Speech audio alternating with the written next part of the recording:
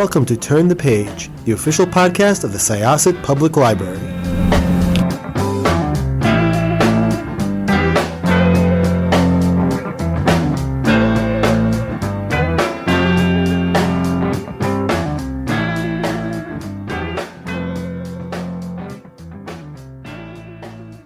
Hello, everybody. Welcome back to Turn the Page.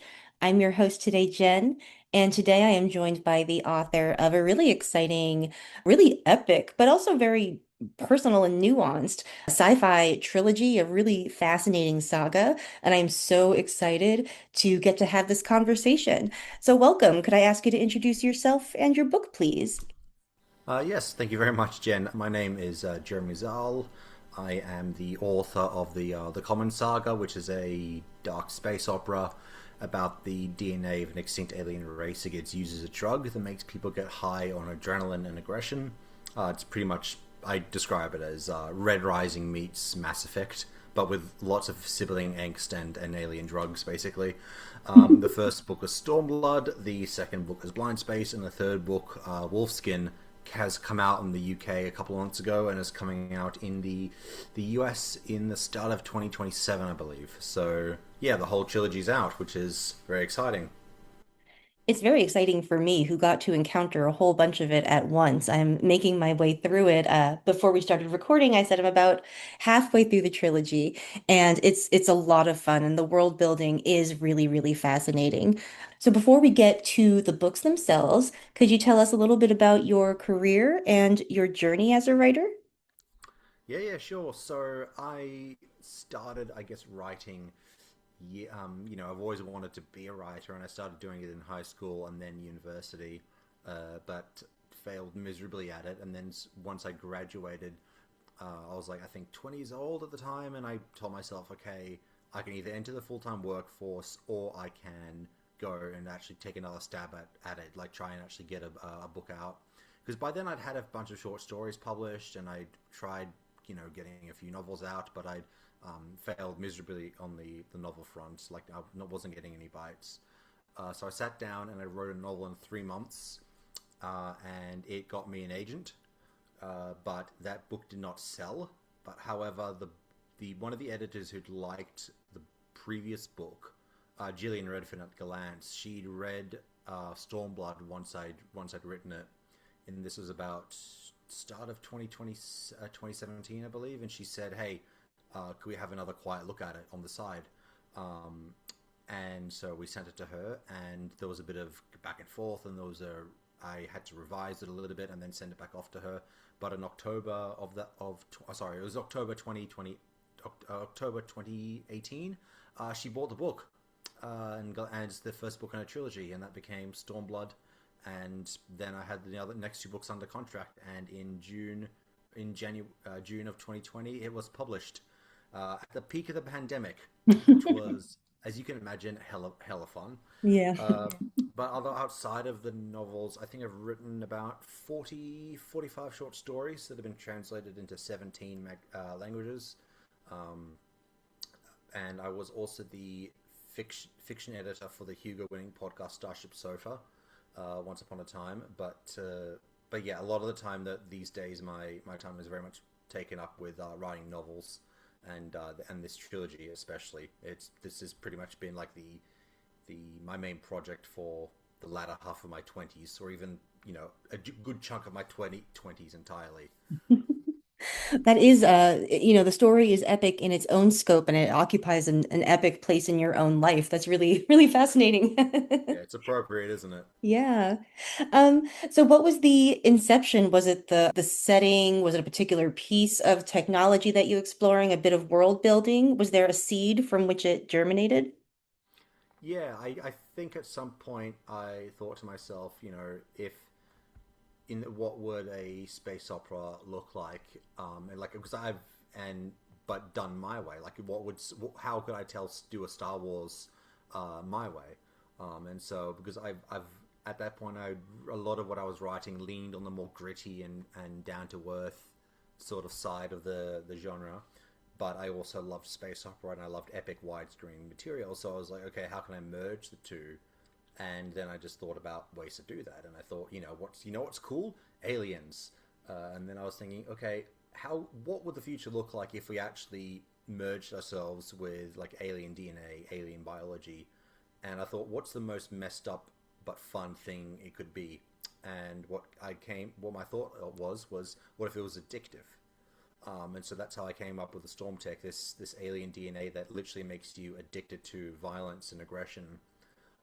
But I think what for me the engine that drove the story primarily was the central relationship between the main character and his brother. So basically, the story basically starts that the background of it essentially is that main character has this drug pushed fused in him. He goes to fight this very dark empire that's encroaching on their own empire, and then they obviously they win the war because all the soldiers have this DNA drug in them, but it also messed them up completely, and they're all riddled with PTSD and have lots of issues and difficulties going back to society because they all, they literally want to start fights and start burning things just for the hell of it because they get an adrenaline rush from it because they're addicted to it. And so the main character, he only really survived this war and the aftermath of it because of the people that he had by his side. But then he comes back and finds out that his estranged younger brother is the prime suspect in killing his former squad mates. And so it becomes basically torn between the choice of, okay, do I do right by my flesh and blood family, the one that doesn't want a bar of me, the one that is discarded me from his life, or do I do right by the people who are not blood related to me, but they're family in every other sense of the word. And to do right by one, I'm going to have to betray the other. And that's the engine that essentially powers the entire story, and where we go from there.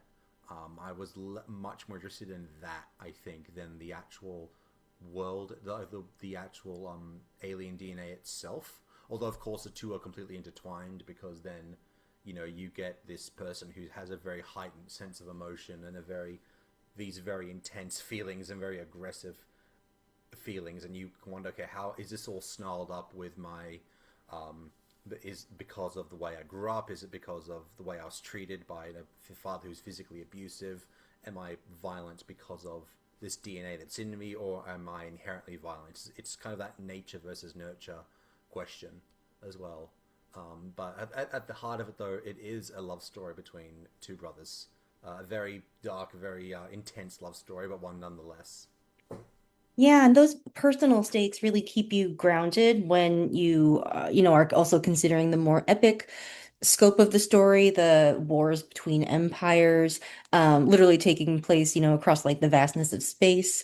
What I love about Storm Tech, I mean, I don't love it, it's a very powerfully corrosive substance, but it works really well in your story because it's a really interesting piece of like biotech that explains a lot of character motivations and choices and like drives a lot of stuff, but it also suggests a lot of history because of this ancient alien race that's going to become really important like as this trilogy develops.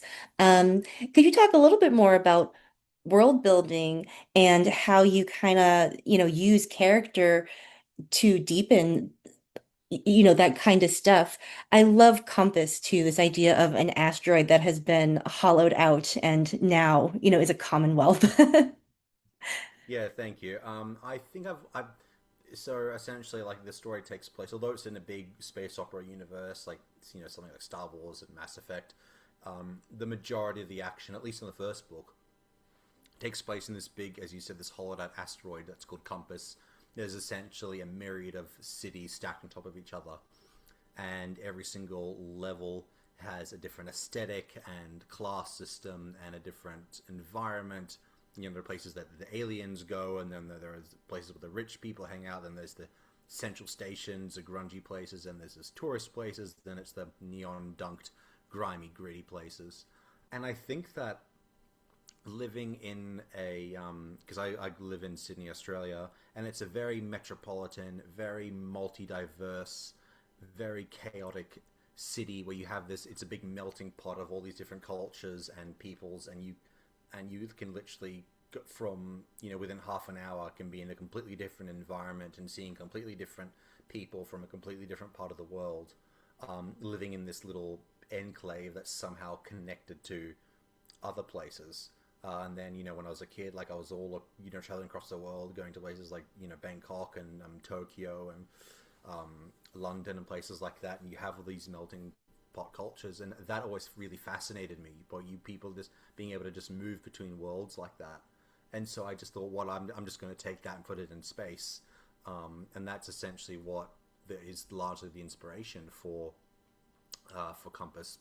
Being able to see that the future doesn't just belong to one type of person or one, people that come from a certain part of the world. It's everyone, and things have been established here long enough that they've settled down and grown roots and formed this subculture of their own.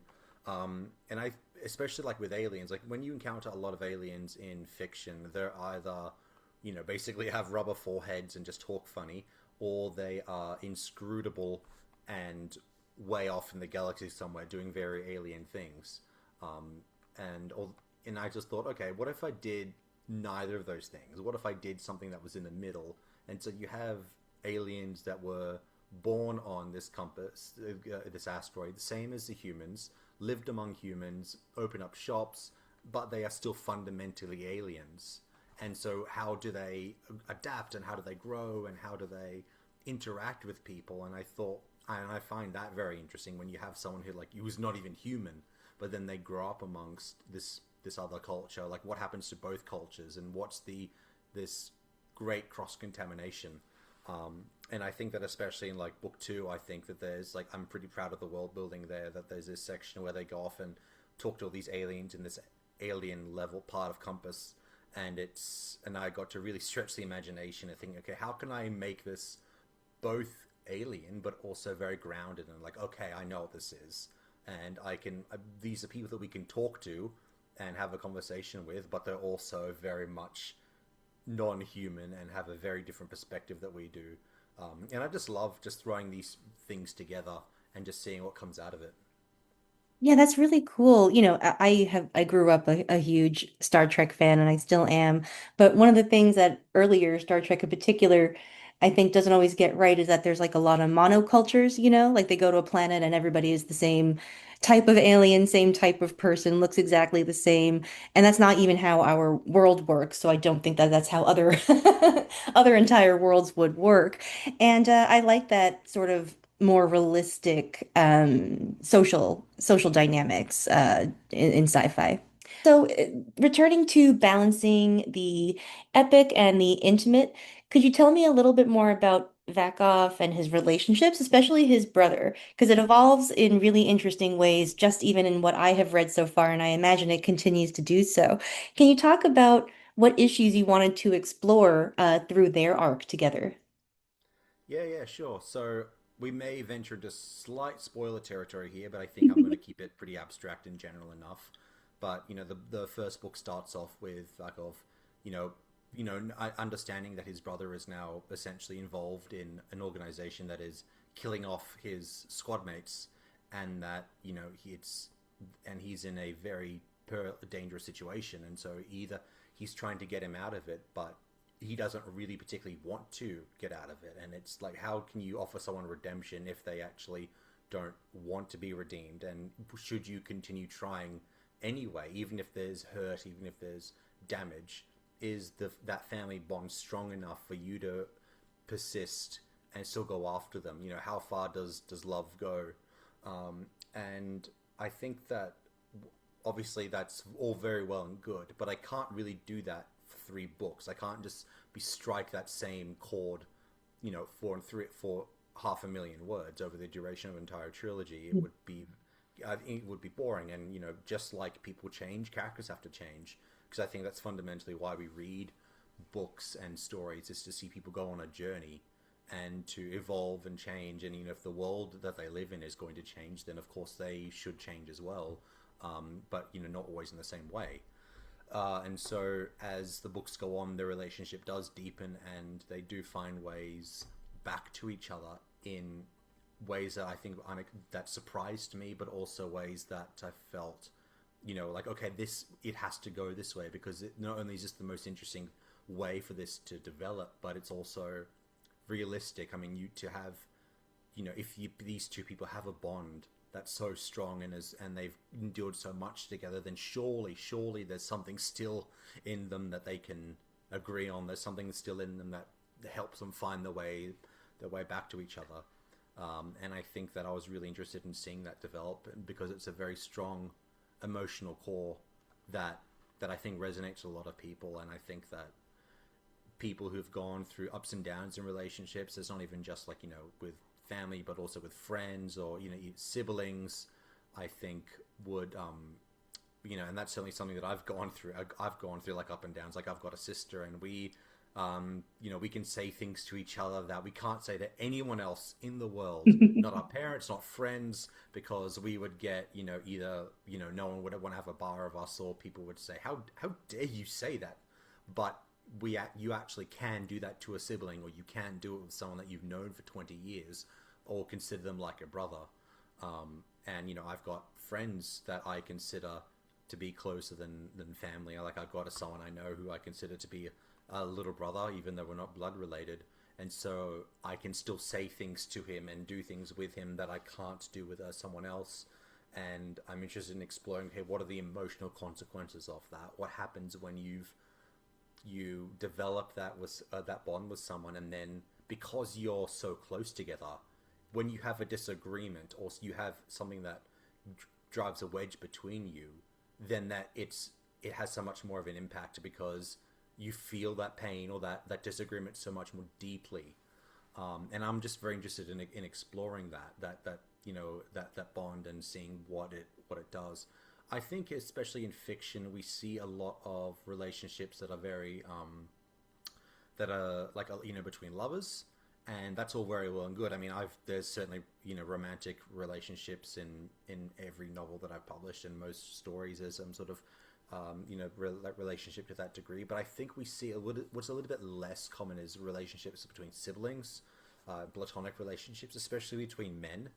Depictions of like brotherhood and masculinity, and like, can you actually, say to someone, like to another, to a brother, like, that I actually love you, and that I would die for you. And I was in seeing what that actually means and how far that would go. That's something I'm very interested in exploring and seeing develop, because I think that, it's realistic, because we have that all over. We know people like that. We have those relationships with other people, but we sometimes don't often get to see them. And so, it's something that I wanted to definitely explore. Like, because, we think about sometimes relationships that, when you married someone, or you're in a romantic relationship with someone, that's the person that you stick by. But that's not, and that is true in a lot of ways. But the relationship that you have with a sibling is different, and in some ways stronger in very different ways, because you're not related to a spouse in a traditional blood sense, but you are to a sibling. And so in some sense it is a stronger bond, and not necessarily out of choice, because you don't get to choose your siblings. I'm sure if you could, the world would look very, very different. It would look different for me and my sister, I'm sure, at times. But I find that a very compelling thread to tug on and explore.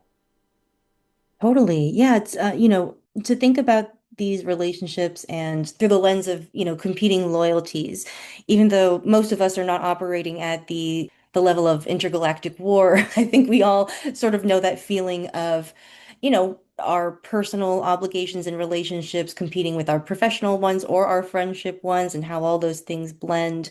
Um, and there is something that both makes things simpler and more complicated when somebody has known you for that long. Like that length of time that a sibling knows you. Your coworkers know you for a decade or two, maybe if you sort of stay in a job for a long place, but they're only really seeing part of your personal arc, right? Like somebody who has sort of witnessed your entire arc as a person is pretty rare. Yeah. We exist along different spectrums, and wear different hats for different people. So I think that we exist along different spectrums, and that we have, we present in different ways to different people, and that, as you said, people only see one aspect of us, and so we are able to behave and treat and come across differently to different people. And so I think that people who are related to us, they get to, or people who are family or friends, they get to see very different sides to us than the ones than the face that we have to put on in a very professional sense. And I think that's why in these books Vakov treats almost everyone he comes into contact with, especially within his fire team, differently, because they've existed in different spectrums and different, narratives, different narrative chunks of his life. And so what he's able to say and do to his brother, he can't would necessarily do that with someone like Grimm, his friend. But then the opposite is also true, because Grimm has stuck by him more recently and has seen what he's gone through recently, as opposed to his brother, who's been out of contact with for quite a while. And so, yeah, I think that I try to give a three-dimensional aspect to all the characters and all of the relationships that I build, because it's true of us in real life, with every person that we know. Absolutely. And I think that nuance is really important in storytelling right now. This may seem like a little bit of a grumpy tangent, but I spend a lot of time on social media for the library doing marketing, and there's so much moral adjudication on social media, like examining people and trying to determine whether they were right or wrong and who was the aggressor and who was the victim. And I really like works that sort of show that like we are all of those things all the time. We are acting in different ways in totally different contexts constantly. Yeah, and we only get one side of the story. A lot of the time, we only get one side of the story as well. I think that all human beings to some degree are flawed, and that we can say one thing and we can appear completely in the right on one sort of argument, but then you look at it in another lens and you can say, well, actually, you were right, but were you right? You know what I mean? And so I think that it's quite valuable to have that perspective in fiction, especially for a protagonist, because you don't want a protagonist who's right all the time and is always it is unfailingly correct in everything they do. And I think it's important to show that people screw up in fiction just as much as they do it in real life. Hmm. Absolutely. In our lives, usually we spend our lives trying to avoid conflict for the most part, but if you're the protagonist of a novel, you have to seek it out. That's how that's how story happens. Yeah, you can't just sit around. I'm sure that Vaka would love to kick back in a bar and just drink a lot of the time, but unfortunately, that would not make for good fiction. And so he does have to go out and investigate and hang out with very dangerous aliens and get up to all sorts of hijinks. Yeah, it's harder, but much more interesting. Yeah. So, what is next for you? Are you working on anything right now? Oh, absolutely. I have main projects that I've got going on. One of them is I've finished the first draft. I've almost done the second one. I don't want to say too much about either of these projects. I will say that both of them are different to what I've published, but one of them is also very, very similar in certain ways, but also is a lot more epic and a lot more widescreen and is, I wouldn't say more lyrical, but is a lot more, is a bit more of a flourish, like visual flourish to the prose and the voice. Not unlike something like Sun Eater, Hmm. Series Saga. And also the second project is very, very different to anything that I'm really known for. And it is a secondary world fantasy, and that I'm not entirely sure what I'm going to do with it when it's done. But I'm really enjoying working on it very much. But I don't want to say too much more than that. Yeah, I do hope to release at least one of them within the next year, or at least get them in the pipeline where they can be published. But yeah, like I do have a lot in the oven, just not a lot is out. Very cool. Well, thank you for taking the time to talk to our show. I've loved to see this glimpse into your work and your process, and I can't wait to see what's next. Thank you. Thank you so much for having me. Where can people go to learn more about this book or to pick up a copy? So they can get, I'm published through Galance in the UK. I don't have a US publisher just yet, but you can get the books at any bookstore, any library. You can just or get them ordered in or just sent to the store if they're not there already. The best way to get in touch with me is probably at my website, just jeremyszal.com. And if you go there and sign up to my book club /newsletter, you'll get a free novella because I love you that much. I also have a short story collection out called Broken Stars, which collects about 20 short stories that I've published in the past decade. That's self-published, but it's also through wide distribution, and so it can be gotten elsewhere. And that's pretty much me. Cool. All right, readers, you have your homework. Please check out the Common Saga. It's a whole lot of fun and it is so interesting and really very emotionally affecting as well. Okay, everybody, it is time to close this chapter. We'll see you next time. It's time to close this chapter of Turn the Page. Join us for the next episode.